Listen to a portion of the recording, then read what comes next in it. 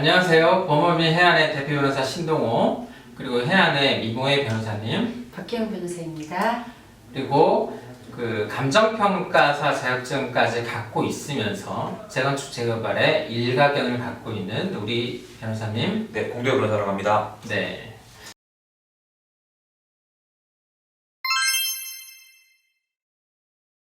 오늘은 저희가 그 재건축 재개발에 관해서 좀 시리즈로 쉽고 쏙쏙 귀에 들어오게 좀 얘기를 나눠볼까 하는데요. 오늘이 첫 시간입니다. 그래서 오늘의 첫 시간의 주제는 재건축 재개발이 도대체 무엇인가, 두 개의 차이점 무엇인가, 이 부분에 대해서 좀 오늘 편하게 알아보도록 하겠습니다. 우리가 재개발, 재건축에 대해서 많이 들어봤는데요. 재개발, 재건축이라는 게 차이가 있는데 우리 일반인들이 보기에는 뭐 똑같은 말 같기도 하고요. 재개발, 재건축의 차이가 뭔가요? 재건축, 재개발 모두 공동주택을 새로 짓는다는 사업이라는 목적은 동일합니다. 근데 다만 대상 지역이 엄격하게 차이가 있고요. 그 다음에 그 과정, 적용되는 법률이 상당한 차이가 있습니다. 그래서 실제 그 권리 구제하는 데 있어서도 재건축이냐 재개발이냐에 따라서 그 성격이 완전히 다르기 때문에 그 부분의 차이점을 분명히 알아두는 게 필요할 것 같습니다. 네, 좀 어려운데요. 우리 박 변호사님, 쉽게 말해서 재개발, 재건축이 어떤 차이가 있을 것 같아요? 쉽게 설명드리자면 아파트 밀집 지역에 대해서 사업을 진행하는 경우에는 재건축 사업이라고 이해하시면 쉽고 단독주택 밀집 지역에 대해서 사업을 진행하는 경우에는 대부분 재개발 사업으로 진행이 되는데요. 조금 더 자세하게 설명드리자면 도로, 하수도, 공원 등 정비 기반 시설이 좀 양호하지 못한 지역의 경우에는 재개발이고, 정비 기반 시설이 어느 정도 갖추어진 곳에서는 재건축 사업이 이루어진다고 이해하시면 될 것 같습니다. 네. 그러면 이렇게 이해하면 되나요?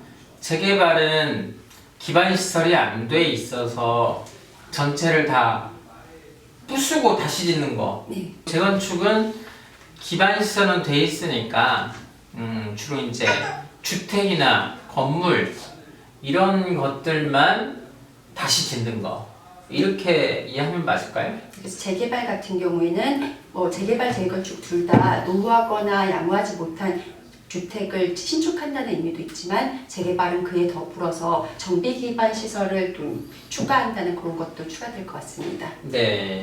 예전에는 관련 법이 되게 여러 개였던 것 같아요. 근데 이제 지금은 도정법이라고 하죠. 도시 및 주거환경 정비법, 이렇게 이제 통합이 돼 있는 것 같은데, 그 전에는 어떤 법들이 있었나요? 도시 및 주거환경 정비법은 2002년 12월 30일에 공포되고 그 이후인 6개월이 지난 2003년 7월 1일부터 시행이 되었는데요. 네. 그 이전에는 재개발 사업의 경우에는 도시재개발법, 그리고 주거환경 개선 사업의 경우에는 도시저소득 주민의 주거환경 개선을 위한 임시조치법, 주택 재건축 사업의 경우에는 주택건설촉진법, 이렇게 각각 적용을 하고 있었는데, 이 법들을 다 통합해가지고 도시 및 주거환경정비법이 제정되게 되었습니다. 네.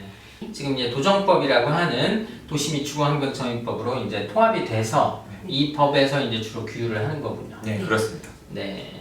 그리고 그에 더불어서 2017년 2월 9일에 도시정비법이 정부 개정이 이루어졌는데요.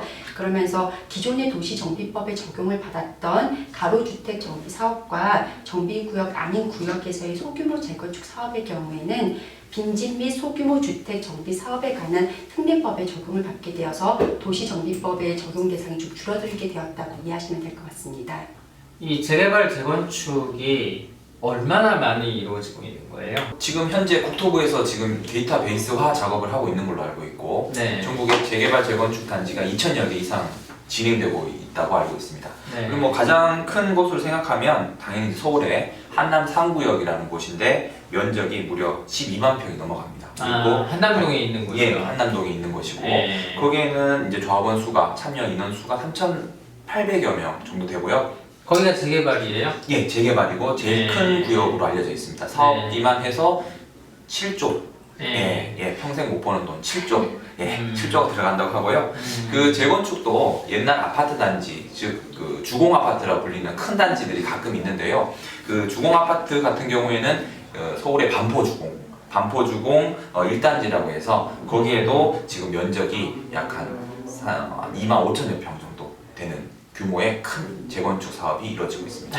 재개발이 진행이 됐던 곳은 또 어떤 곳이 생각이 나죠? 용답동, 성수동에 있는 용답동, 인천의 네. 뭐 송림동, 네, 그 다음에 지금 또 관여하고 있는 그 서울역 부근의 만리동, 예, 이런 부분들의 재개발에서도 저희 법인이 참여해서 일을 하고 있고 있습니다. 네. 재개발이냐, 재건축이냐, 그것은 누가 정하는 거죠?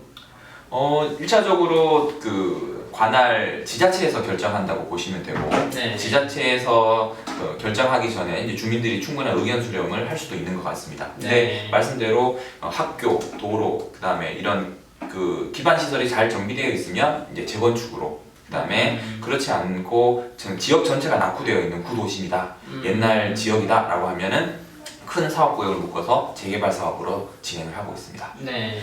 이런 기반 시설 자체가 전체적으로 정비가 필요하다. 네. 그러면 이제 재건축이 되는 거고 그렇군요. 네, 그렇죠. 쉽게 설명하면 자연 발생적으로 주택이 모여가지고 생긴 마을 같은 경우는 재개발. 예. 그다음에 뭐 비록 30년, 40년 전이지만 예. 어찌되었든 작은 빌라 단지 혹 아파트 단지로 개발됐으면 지금 3, 40년이 지났기 때문에 그것은 재건축 이렇게 보시면 될 것 같습니다. 네. 적용되는 법률은 어떻게 다른 거예요? 도시정비법 같은 경우는 공통적으로 다 적용이 됩니다. 하지만 네. 규모가 작은 재건축 같은 경우에는 지금 집합건물법에 의해서도 재건축이 가능합니다. 더 간편하게 진행이 되고요. 저희 법인에서도 규모에 따라서 굳이 도시정비법을 취하지 않아도 되는 지역은 집합건물법으로 비교적 간편하게 재건축 사업을 진행하고 있습니다. 재건축 결의만 있으면 그 나머지 절차는 특별히 문제가 없기 때문에 재건축 결의만 받는 것을 포커스로 해서 사업 진행하면 집합건물법으로 하고 그 규모가 큰 지역은 그 시장 또는 이제 서울 지역은 이제 구청장이 관여를 하게 되는 도시정비법이 적용을 받게 되는 겁니다. 그리고 가장 큰 차이점이라 볼 수 있는 것은 성격이 법으로 따지면 재개발은 공익사업으로 보아서 세입자들한테 추가적인 대책도 마련하게 되어 있고 그 다음에 손실보상이라는 개념이 적용되고요. 재건축은 주민분들이 모여서 스스로 하는 사익을 위한 사업이라고 보아서 보상이나 세입자를 위한 뭐 손실보상이나 이런 것들 적용되지는 않습니다. 그런 큰 차이가 있는 거죠. 음마 아파트 같은 경우에는 서울시에서 관여를 또 하는 건가요? 뭐 어떤 건가요? 그 판단의 주체가 누군 거예요? 1차적으로는 강남구청이 이제 주관이 되지만 네. 규모가 워낙 크기 때문에 사업비도 규모가 크고 커서. 면적이 커서 도시계획 심의나 이런 거 할 때는 서울시가 주관을 하게 되어 있습니다. 그럼 강남구청장이 원래 이제 계획을 수립하고 이러는 건데 이제 서울시의 관련 부서에서 네, 같이 검토를 이제 하게 같이 됩니다. 검토하고 이렇게 되는 거군요. 네, 그렇습니다. 음마 아파트 같은 경우에는 워낙 유명하고 오래되고 그다음 규모가 크기 때문에 그 지역에서는 가장 그 랜드마크로 높은 건설을 하기를 원하는데 서울시에서는 뭐 층고도 제한하고 그다음에 뭐 용적률 건폐율도 좀 제한을 많이 하다 보니까 수익성이 나지 않는다는 이유로 좀 사업이 좀 장애가 되고 있다 이렇게 의견도 있고요. 반면에 또 정부 정책에서 투기과열 지역이라고 해서 네. 투기과열 지역이 지정이 될 경우에는 그 조합원 지위가 양도양수가 안 되거든요.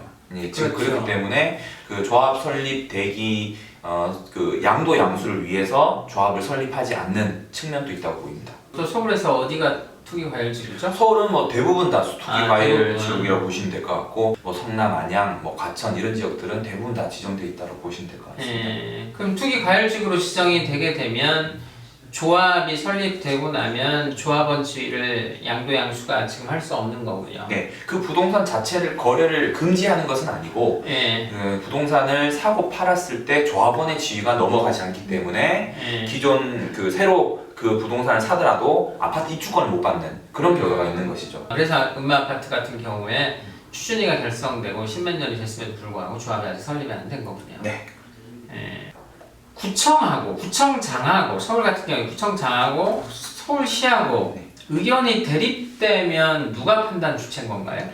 그 권한 자체가 세부적으로 나눠져 있습니다. 그러니까 네. 구청에서 처리할 수 있는 부분, 즉 예를 들어서 뭐 재개발, 재건축 사업 진행해 나가는 각종 인허가 처분을 하는 주체는 구청장입니다. 네. 그렇지만 그 규모가 클 경우에는 서울시의 이제 종합적인 서울시 계획에 부합하는지 여부를 판단받아야 되기 때문에 네. 그때는 서울시가 관여를 하게 되는 거죠. 네. 그러니까 의견이 다르게 되면 당연히 서울시가 상급 기관이기 때문에 그 부분 행정 절차가 나갈 수 없는 문제점이 있습니다. 지금 강남구에는 또 구룡마을이 있잖아요. 예. 그러니까 구룡마을 같은 경우에도 서울시의 입장과 또 강남구청의 입장이 많이 달랐죠. 예, 그렇습니다. 그래서 많이 우왕좌왕하다가 지금은 그냥 사업 자체가 진행이 안 되고 있는 거죠.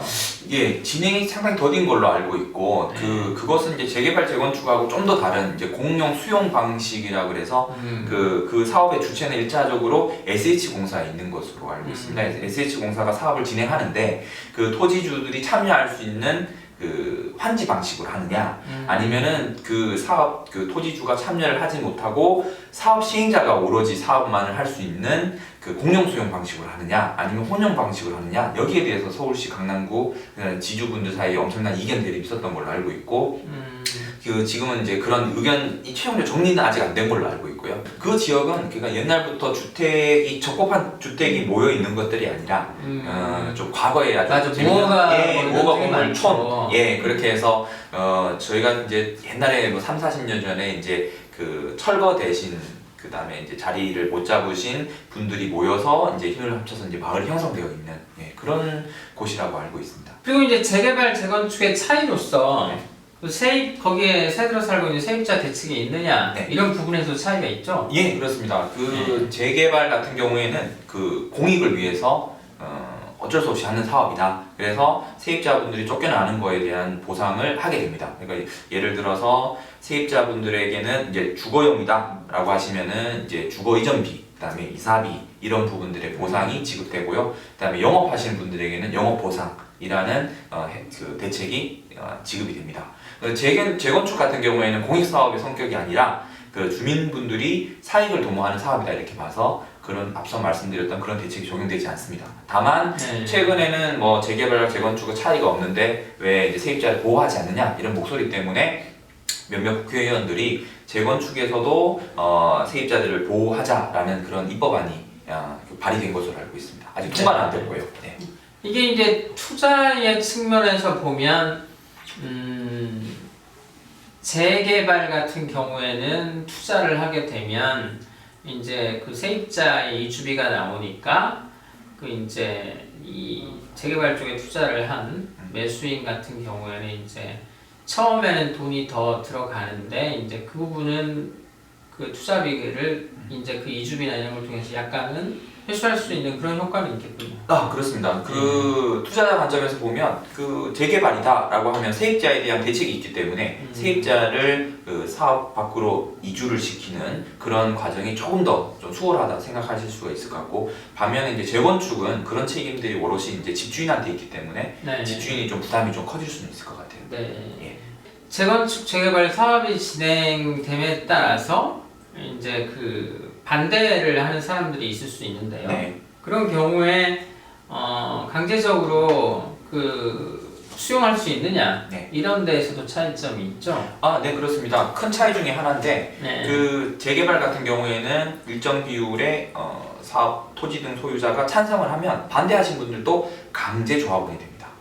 네. 반면 재건축인 경우에는 내가 찬성하지 않는다라고 하면 조합원이 되시지 않습니다. 선택적으로 하실 수가 있는 거죠. 이제 그런 차이가 있고 네. 나중에 입주권, 즉 분양 신청을 하신 분들은 아파트를 받으시는 거고 분양 신청을 하지 않으신 분들은 옛날 가지고 계신 주택에 대해서 돈으로 청산받게 됩니다. 네. 그래서 그 과정에서 청산을 받는데 청산받는 방법은 재개발일 경우에는 강제 수용으로 토지보상법이 적용되어서 보상을 받는 개념으로 보셔야 되고 재건축인 경우에는 보상이 아니라 매매에 의해서 그 매매 대금을 받는다, 현금 청산을 받는다 이렇게 생각을 하시면 좀 이해하기 쉬울 것 같습니다.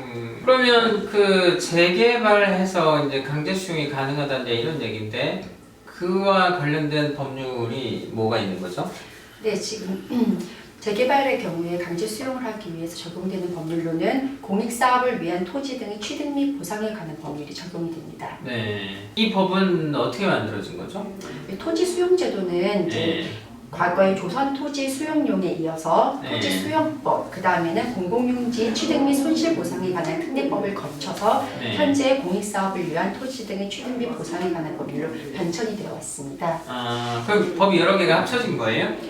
합쳐졌다기보다는 이제 변천이 되어 왔습니다. 아, 법 이름이 바뀐 네. 거예요?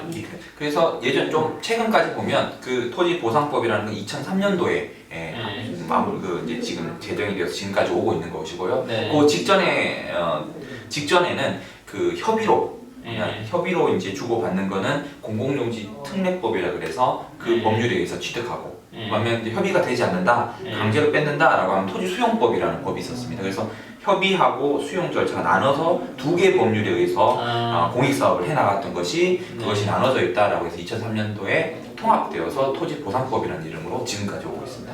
재개발 같은 경우에는 뭐 동의를 하든 안 하든 네. 자동으로 조합원이 되는 거고. 네. 그다음에 이제 조합원이 됐는데 동의를 안 하면 이제 수용을 당하고 네. 이제 거기에 대해서 이제 보상을 받게 되는 거고요. 네, 그렇습니다. 그리고 이제 재건축 같은 경우에는 동의를 해야 이제 조합원이 되는 그렇습니다. 거고. 네. 그리고 이제 동의를 하지 않는 자는 이제 조합원이 되지 않지만 현금 청산을 받는다. 그렇습니다. 이렇게 가면 되겠고요. 네.